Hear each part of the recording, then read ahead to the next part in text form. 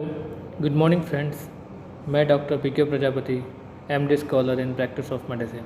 आज मैं आपको फ़ीवर के बारे में बताने वाला हूँ। फ़ीवर क्या होता है और टाइप्स ऑफ फ़ीवर क्या होता है। ठीक है, पहले देखते हैं फ़ीवर को पायरेक्सिया भी बोलते हैं। Fever or pyrexia is an increase of more than 1 degree Celsius or any rise above the maximal normal temperature. ठीक है, जो मैक्सिमम नॉर्मल टेम्परेचर है उससे ज़्यादा टेम्परेचर होना बॉडी का, ठीक है, that is more than 1 degree Celsius increase होना बॉडी का टेम्परेचर, उसको फ़ीवर बोलते हैं, पायरेक्सिया बोलते हैं। ठीक है, it is a commonest pointer to the presence of infection. Fever क्या है? एक कॉमनेस्ट पॉइंटर है इन्फेक्शन के लिए। ठीक है, अगर इन्फेक्शन बॉडी में आता है तो पहला सिम्टम देखने को मिलता है फ़ीवर। ठीक है, अब फ़ीवर के अलग अलग टर्मिनोलॉजी है, अलग अलग टर्म्स हैं। बॉडी के टेम्परेचर के अकॉर्डिंग हम यूज़ करते हैं, बॉडी टेम्परेचर के अकॉर्डिंग हम अलग अलग टर्म यूज़ करते हैं। जैसे हाइपोथर्मिया। ठीक है, हाइपोथर्मिया तब कहलाएगा जब नॉर्मल बॉडी टेम्परेचर से बॉडी का टेम्परेचर नॉर्मल से कम हो। ठीक है, 35 डिग्री सेल्सियस हो या 95 डिग्री फ़ारेनहाइट हो। ठीक है, हाइपोथर्मिया में टेम्परेचर 35 डिग्री सेल्सियस होता है या 95 डिग्री फ़ारेनहाइट होता है। सब नॉर्मल तब कहते हैं जब टेम्परेचर 35.0 टू 36.7 डिग्री सेल्सियस हो, या फ़ारेनहाइट में अगर बोलेंगे तो 95.97 डिग्री फ़ारेनहाइट। ठीक है, जो नॉर्मल बॉडी टेम्परेचर होता है वो होता है 36.7 degree Celsius to 37.2 degree Celsius, और फ़ारेनहाइट में अगर बात करें तो 98 degree Fahrenheit to 99 degree Fahrenheit होता है नॉर्मल बॉडी टेम्परेचर। ठीक है, माइल्ड फीवर कब कहलाएगा? जब टेम्परेचर होगा 37.2 degree Celsius to 37.8 degree Celsius, और फ़ारेनहाइट में अगर बात करें तो 99 degree Fahrenheit to 100 degree Fahrenheit. ठीक है, मॉडरेट फीवर कहलाएगा कब? जब टेम्परेचर होगा 37.8 degree Celsius to 39.4 degree Celsius, and in Fahrenheit 100 degree Fahrenheit to 103 degree Fahrenheit. High fever में टेम्परेचर होगा 39.4 degree Celsius to 40.5 degree Celsius के बीच में, और फ़ारेनहाइट में अगर देखेंगे तो 103 degree Fahrenheit to 105 degree Fahrenheit.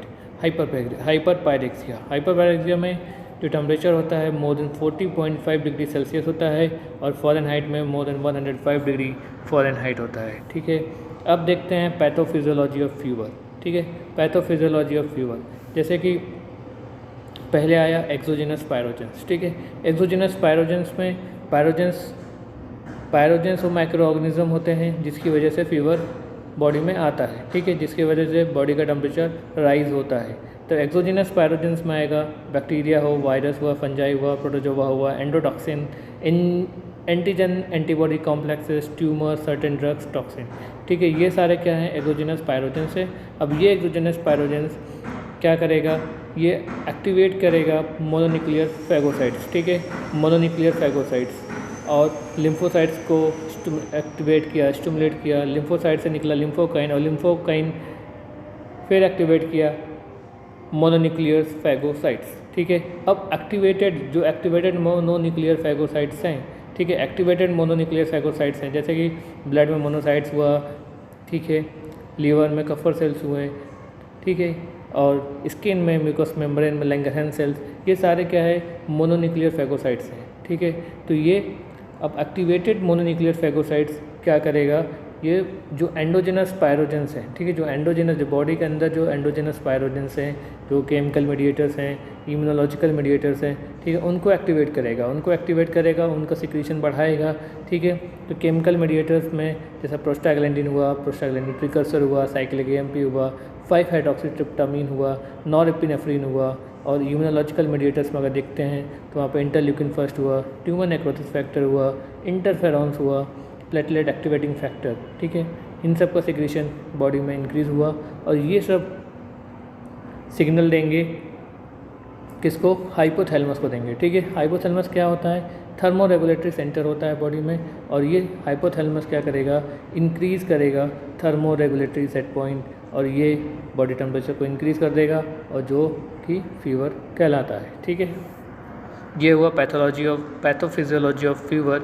अब देखते हैं टाइप्स ऑफ फीवर। ठीक है, टाइप्स ऑफ फीवर में मेनली जो है 6 टाइप्स के होते हैं फीवर।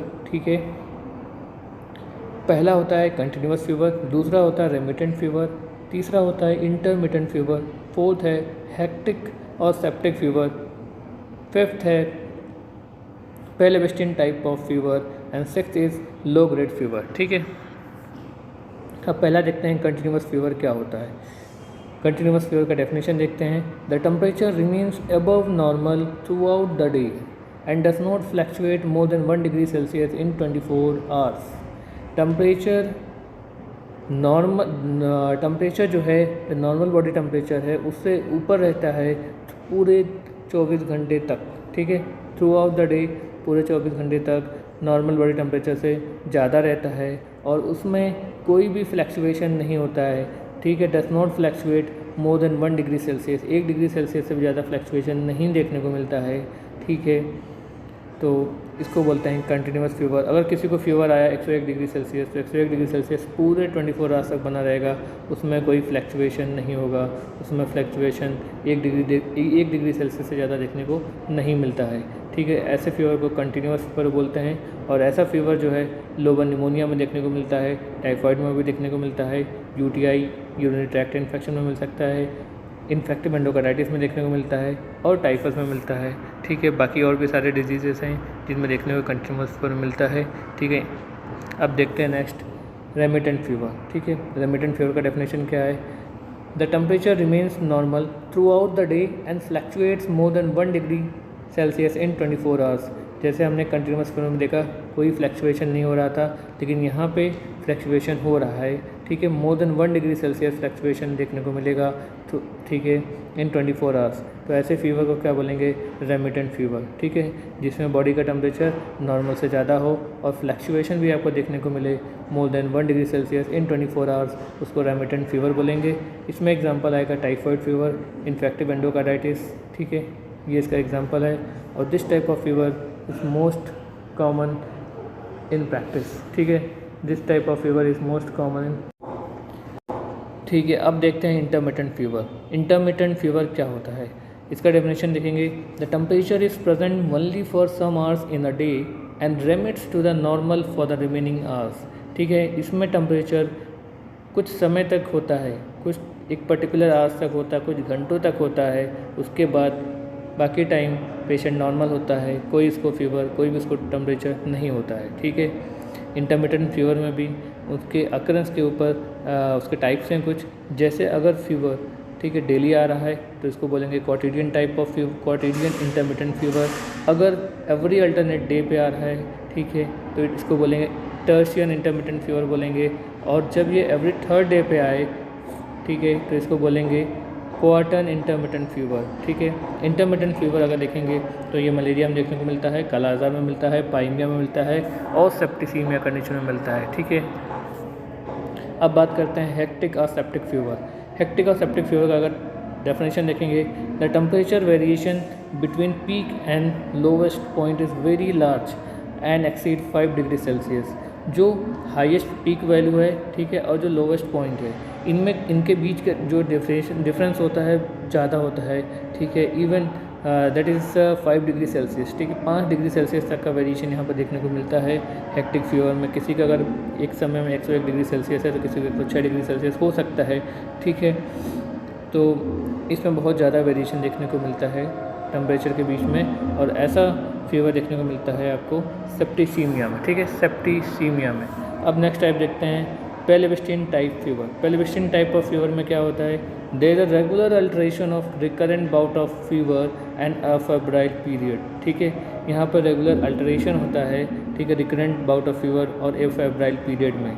ठीक है, यहाँ पे क्या होता है, the temperature may take 3 days to rise, remains high for 3 days and remits in 3 days and followed by the apyrexia for 9 days।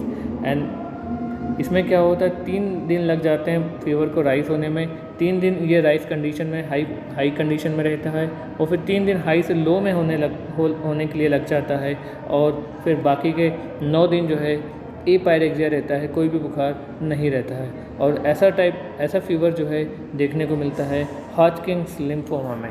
ठीक है, अब देखते हैं नेक्स्ट लो ग्रेड फीवर। लो ग्रेड फीवर का अगर डेफिनेशन देखते हैं, the temperature is present daily specially in the evening for several days but does not exceed 37.8 degree Celsius at any time. यहाँ पे जो टेम्परेचर होता है बुखार डेली आता है, ज़्यादातर शाम में आएगा। ठीक है, बहुत दिनों तक ये आता रहेगा और डेली जो है शाम में ही आएगा, लेकिन इसका टेम्परेचर कभी एक्सीड नहीं होगा। ठीक, कभी 37.8 डिग्री सेल्सियस से ज़्यादा नहीं होगा। ठीक है, और लो ग्रेड फीवर ज़्यादातर ये इंडिकेट डिजीज़ को नहीं करता है, लेकिन ये कॉमनली प्रेजेंट होता है विद ट्यूबरक्लोसिस। ठीक है, ट्यूबरक्लोसिस के केसेस में लो ग्रेड फीवर देखने को मिलता है। ठीक है, अब कुछ स्पेशल टाइप्स ऑफ फीवर हैं, जैसे कि फीवर विद राइगर्स। ऐसे फीवर जिसके साथ राइगर्स आ रहे हैं, फीवर विद राइगर्स, ये आपको मलेरिया में दिखेगा, काला आजार में दिखेगा, फाइलिरियासिस में दिखेगा, UTI, pyelonephritis, cholangitis, septicaemia, infective endocarditis, abscess at any site, lobar pneumonia. ठीक है, तो इन सभी डिजीज़ में जो है फीवर के साथ राइगर्स आपको देखने को मिलेगा। और नेक्स्ट अगर स्पेशल टाइप्स ऑफ फीवर में देखेंगे तो फीवर विद हर्पीस लेबेलिस। यहाँ पे क्या होता है कि एलिवेटेड बॉडी टेम्परेचर्स में activate the herpes simplex virus and may cause small vesicles around the angle of mouth. ठीक है, एंगल ऑफ माउथ के अराउंड जो है हर्पीस सिम्प्लेक्स का जो है एक लीजन, एक वेसिकल्स फॉर्म हो जाता है।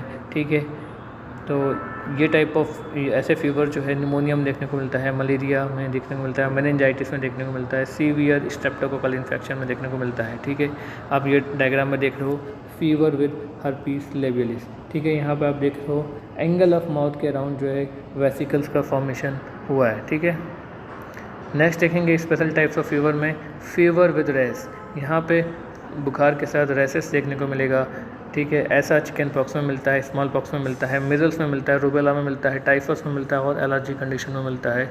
ठीक है, यहाँ पर आप देख रहे हो फीवर के साथ में ऐसे रैसेस देखने को मिलेंगे। ठीक है, नेक्स्ट देखेंगे fever with membrane in the throat.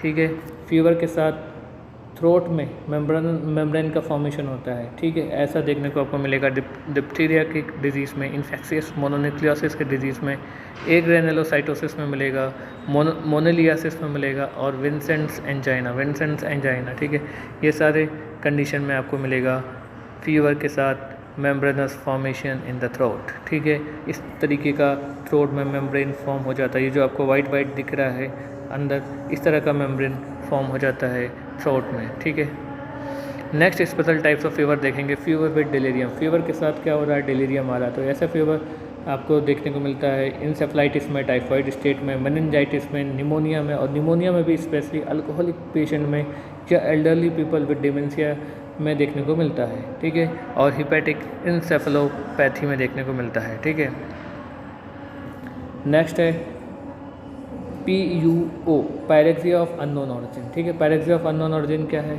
Temperature more than 101 degree Fahrenheit या 38.3 degree Celsius on several occasion.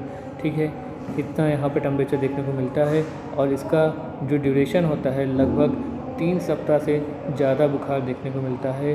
ठीक है, और पेशेंट लगभग 1 सप्ताह से हॉस्पिटल में एडमिट रहता है इस फीवर के लिए, लेकिन वो डायग्नोसिस तक नहीं पहुंच पाता है कि एक्चुअली क्या है, क्या कारण क्या है, क्यों ऐसा हो रहा है। ठीक है, तो इसीलिए इसका नाम ही रखा गया है पायरेक्सिया ऑफ अननोन ओरिजिन, जिसका हमें ओरिजिन नहीं पता है। ठीक है, ऐसे फीवर को बोलते हैं pyrexia of unknown origin. Okay, thank you so much for watching this video. So please like this video and subscribe the channel for the future video. Okay, धन्यवाद।